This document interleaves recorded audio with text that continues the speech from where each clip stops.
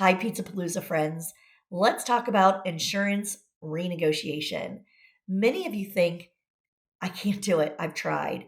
I hear no every time. I hear our network isn't open. I hear we're not giving increases. But there's a way around that, and I've had a lot of success with it. And I just want to share it with you. I'm in Ohio. You'll have to tweak it for the state that you're in, but people that have taken this workshop have had a lot of success. And frankly, we need to try everything we can in this market that we're in to drive in more money for the work that we do. We all know we're not paid what we're worth, but we have to try our best to drive in as much as we can for every visit that we see. And I want to help you with that.